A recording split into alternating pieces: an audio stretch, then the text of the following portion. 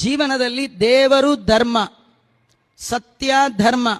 ಧರ್ಮ ಅಂದರೆ ಧರ್ಮ, ಸತ್ಯ ಅಂದರೆ ದೇವರು.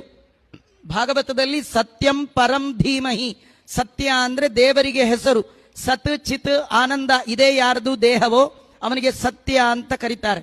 ಅಂತ ದೇವರು ಧರ್ಮವನ್ನ ಜೀವನದಲ್ಲಿ ಹಿಡ್ಕೊಂಡು ಯಾರು ಹೋಗ್ತಾರೆ, ಏನಾದ್ರೂ ದೇವರನ್ನು ಬಿಡೋಲ್ಲ, ಏನಾದ್ರೂ ಧರ್ಮ ಬಿಡೋಲ್ಲ ಅಂತ ಯಾರು ಜೀವನದಲ್ಲಿ ನಡೀತಾರೆ ಅವರಿಗೆ ಜೀವನದಲ್ಲಿ ಪ್ರಾಬ್ಲಮ್ ತುಂಬ ಬರುತ್ತೆ. ಪ್ರಾಬ್ಲಮ್ ಬಂದೇ ಬರುತ್ತಂತ. ಪ್ರಾಬ್ಲಮ್ ಯಾಕೆ ಬರುತ್ತೆ ಅಂದ್ರೆ ನೀವು ಹಿಡಿದ ದೇವರು ಧರ್ಮ ಎಷ್ಟು ಸ್ಟ್ರಾಂಗ್ ಆಗಿ ಹಿಡಿದಿದ್ದೀರಿ ಅಂತ ದೇವರು ಟೆಸ್ಟ್ ಮಾಡ್ತಾನಂತ. ಎಷ್ಟು ಕಷ್ಟ ಬಂದರೂ ದೇವರು ಧರ್ಮವನ್ನ ಬಿಡದಿದ್ದರೆ ಭಗವಂತನ ಅನುಗ್ರಹ ಆಗುತ್ತೆ.